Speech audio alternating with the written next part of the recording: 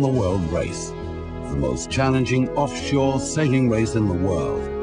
During 8 months, 9 crews of radical sailors will race the planet in what is considered to be one of the most demanding sporting competitions in the world. The Whitbread has very often been referred to as the sailboat racing equivalent of climbing Mount Everest.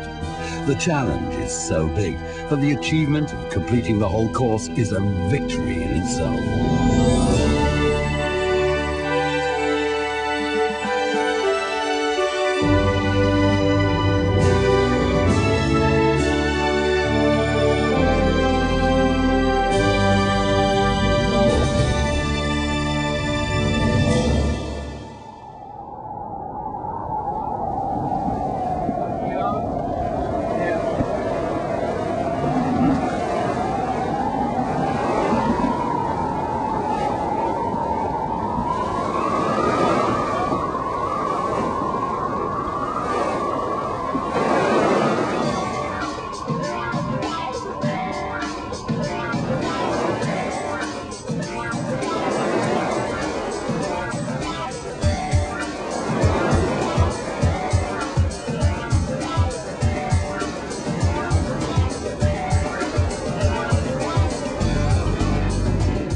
The Whitbread is a single-class offshore race.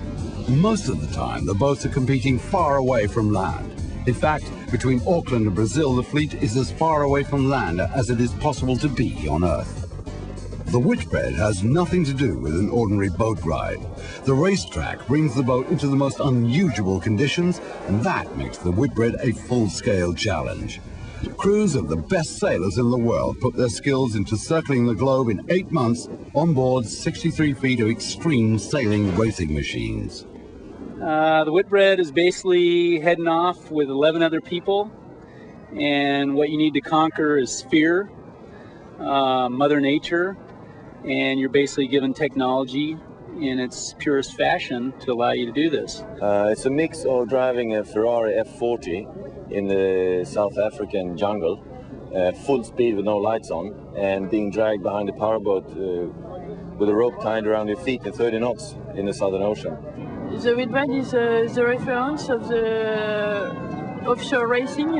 It means that you do the round the world in 9 months with short legs, which are very tactical and very technical, and long legs, and it's with the best level of the sailors, and I think it's really the best offshore racing that you can imagine, and full fun.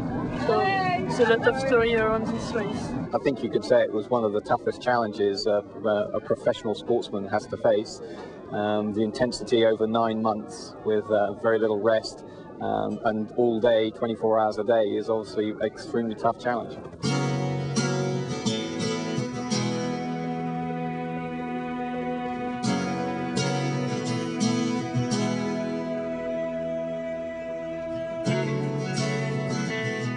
Every 4 years since 1973, the race has been a major event.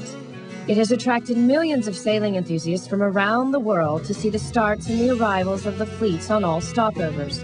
But of course, following an offshore race is a bit more difficult than watching a football game. To compensate for that, video footage was transmitted from the boats every day using state-of-the-art satellite communication equipment permanently mounted on board. An Inmarsat B satellite dish was mounted below decks in the bow of each boat to transmit these images. Millions of spectators could follow the race through extensive television coverage and the World Wide Web, which also turned out to be a tremendous success. Cyber sailors could follow the race with updates on the boat's position every 6 hours.